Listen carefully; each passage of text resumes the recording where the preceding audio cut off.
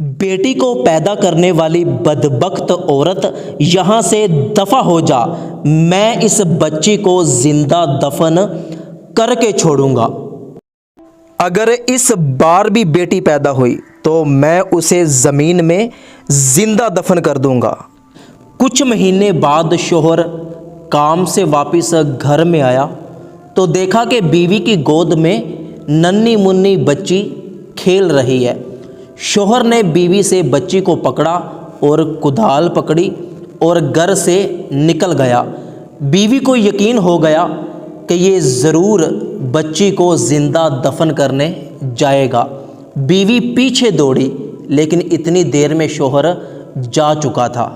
وہ باپ اپنی ننھی منھی بچی کو لے کر گاؤں سے دور کسی ویرانے میں چلا گیا تاکہ وہاں پر جا کر اپنی بیٹی کو زمین میں زندہ دفن کر دے۔ ظالم باپ نے اپنی بیٹی کو زمین پر لٹا کر اس کے پاس زمین میں گڈھا کھودنا شروع کر دیا۔ ننھی منھی بچی مسلسل رو رہی تھی لیکن ظالم باپ کو اس ننھی منھی بچی پر کوئی رحم نہیں آیا۔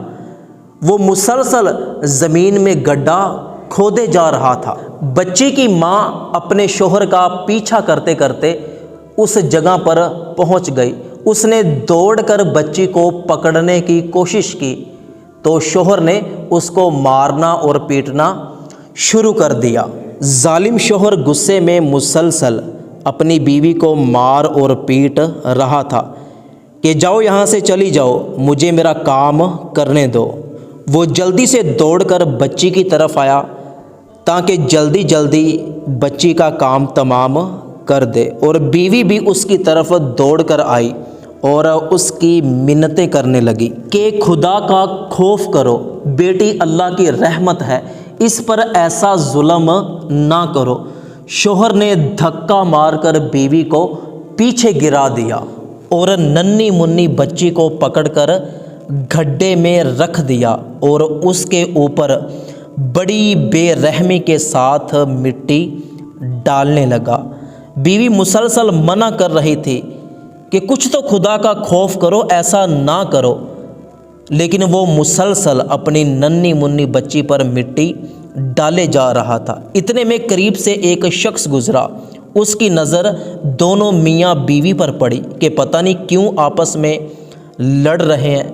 وہ دوڑ کر ان کے قریب گیا اور دیکھا کہ باپ اپنی ننھی سی بیٹی کو زمین میں دفن کر رہا ہے تو اس نے اس بندے کو مارنا پیٹنا شروع کر دیا کہ یہ تم کیا کرتوت کر رہے ہو، تمہیں شرم نہیں آتی، خدا کا خوف نہیں ہے۔ وہ ظالم شوہر آگے سے کچھ نہ بولا۔ اس اجنبی شخص نے اس بچی کو گڈھے سے نکالا اور اس عورت کے حوالے کر دیا کہ جاؤ بہن، اس کو آپ گھر میں لے جاؤ۔ وہ عورت ننھی منھی بچی کو لے کر گھر کی طرف چل پڑی۔